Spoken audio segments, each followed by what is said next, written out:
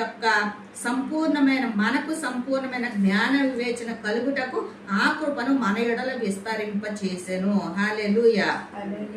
ఈ సంకల్పమును బట్టి చదువమ్మా. ఈ సంకల్పమును బట్టి ఆయన పరలోకములో ఉన్నవే గాని భూమి మీద ఉన్నవే గాని సమస్తమును క్రీస్తునందు ఏకముగా సమకూర్చవలెనని తనలో తాను నిర్ణయించుకొనెను. హల్లెలూయా. ఈ యొక్క ఏదెను తోటలో ఆదాము అవ్వల ద్వారా వచ్చినటువంటి పాపము దీన్ని మరి పోగొట్టడానికి యేసయ్యను ఈ లోకంలోనికి పంపించాడు కదా.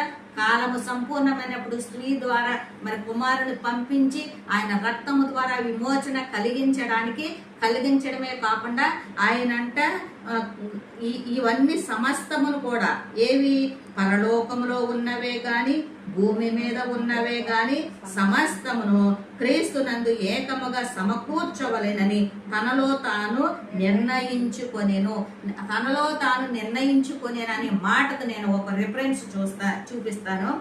అది యెషయా గ్రంథము 53వ అధ్యాయంలో ఏముంటది, మొత్తం అంతా కూడా యేసయ్య మరణ వేదనే ఉంటది అన్నమాట. మరణ వేదన ఆయన పొందుతున్నటువంటి శ్రమలో ఎన్ని ఉంటాయి. అయితే ఎన్నో వచనం అంటే ఇది 10వ వచనము చివరి వచనం చదవమ్మా. 10వ వచనములో చివరి ముక్క చదువు.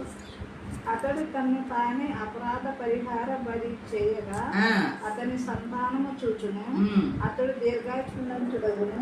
యెహోవా ఉద్దేశము అతని వలన సఫలమగును. హల్లెలూయా. యెహోవా ఉద్దేశము అతని వలన సఫలమగును.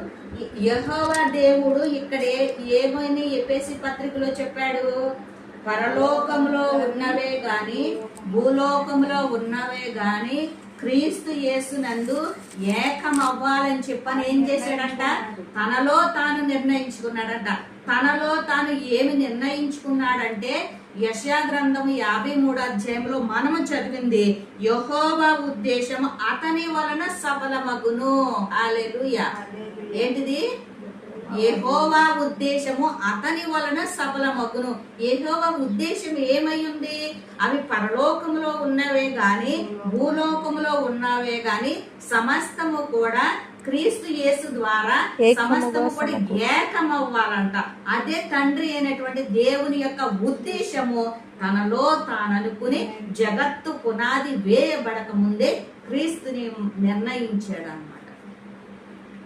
ఎందుకు? ఆయన శిలువ మరణ పునరుత్థానముల ద్వారా ఆయన రక్తము ద్వారా మనల్ని